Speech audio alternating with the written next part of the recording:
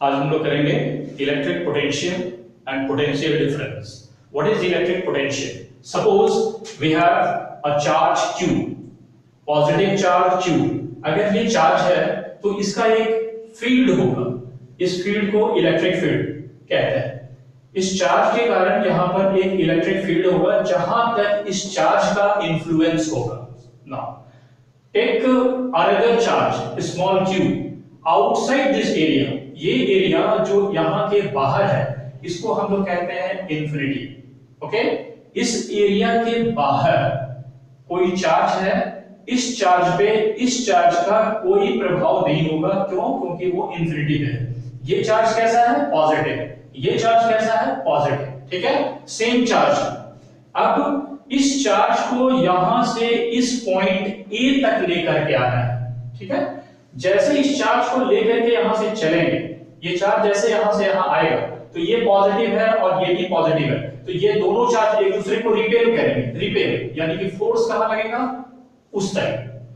ये चार्ज को यहां से यानी कि इंफिनिटी से इस पॉइंट तक लाने में वर्क करना पड़ेगा।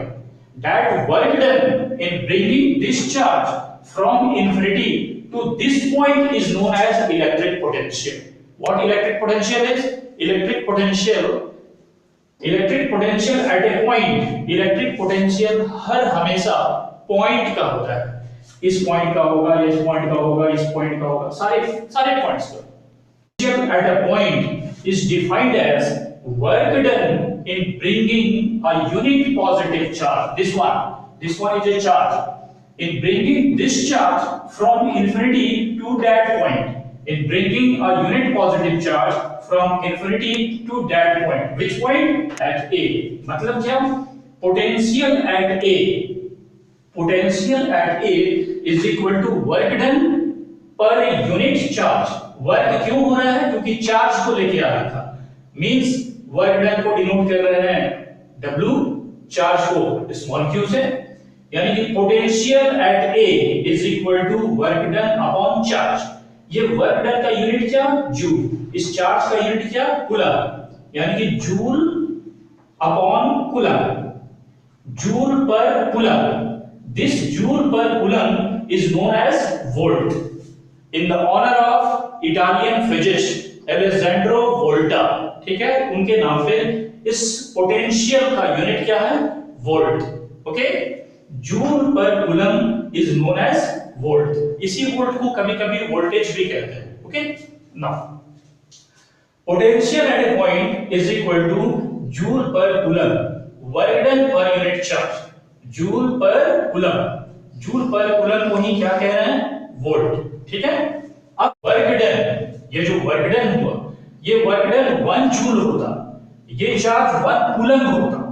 अगर ये वर्क डन 1 जूल का होता, चार्ज 1 कूलम का होता, यानी पोटेंशियल एट ए पॉइंट ये कितना? 1 जूल, ये कितना? 1 कूलम। मींस क्या होगा? 1 जूल पर कूलम। इस जूल पर कूलम को क्या कह रहे हैं? Volt. Means potential at a, इस पॉइंट का पोटेंशियल क्या हुआ? Potential at A is equal to 1 volt. 1 volt क्यों?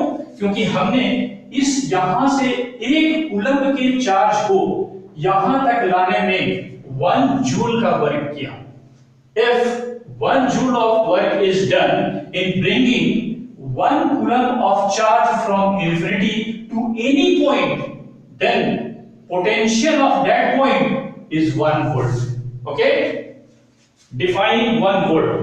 If 1 joule of work is done in bringing 1 coulomb of charge from infinity का मतलब क्या? उसका इन्फ्लुएंस, उसके एरिया से बाहर।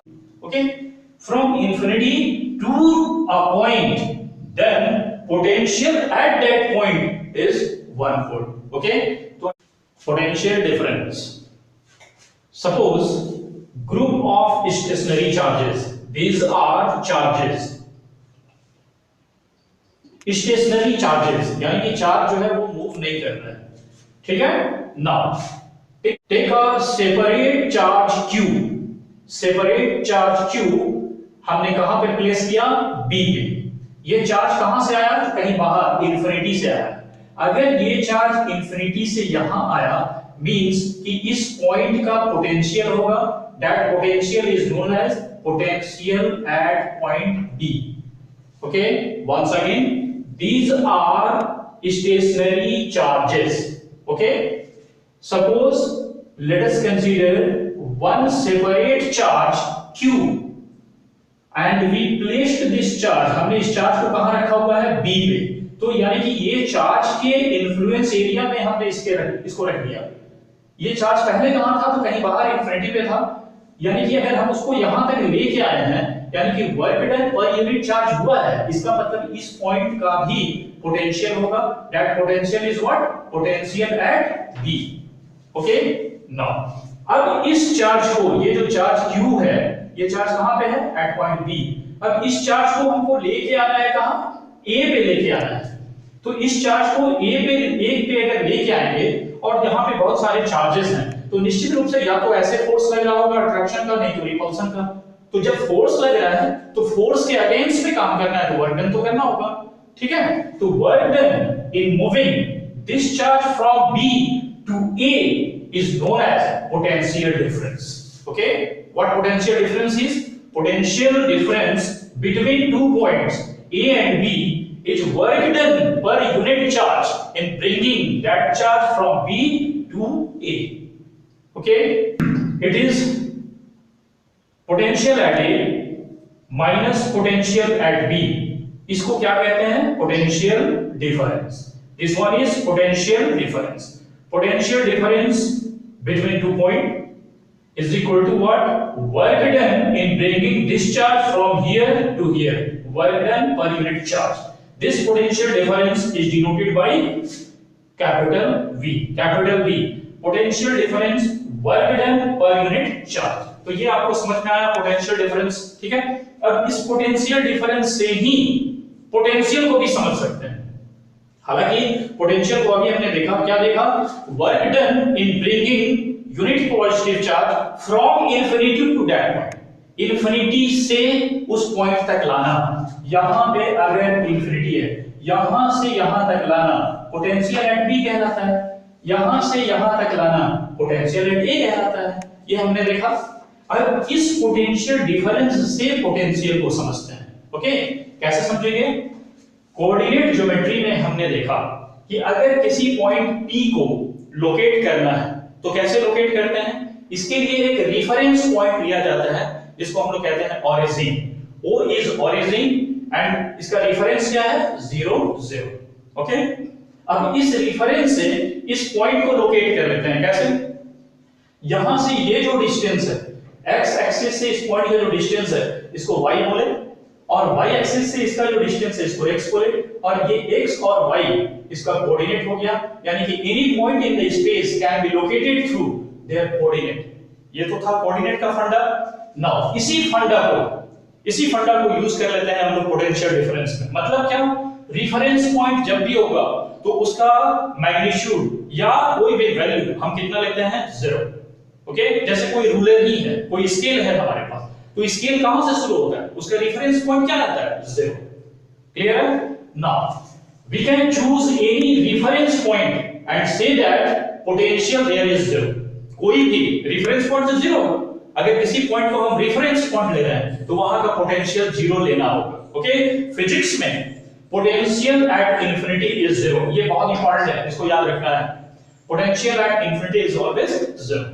अगर हम किसी पॉइंट को रेफरेंस पॉइंट लेते हैं तो उसका पोटेंशियल 0 होगा। Okay, now let B is the reference point. इसमें हम इस B को रेफरेंस पॉइंट अगर ले लें तो ये पोटेंशियल कितना हो जाएगा, 0 हो जाएगा। क्यों 0 हो रहा है? क्योंकि हमने उसे रेफरेंस पॉइंट ले रखा है। Okay, now see, let B is the reference point, it means potential at B 0 होगा।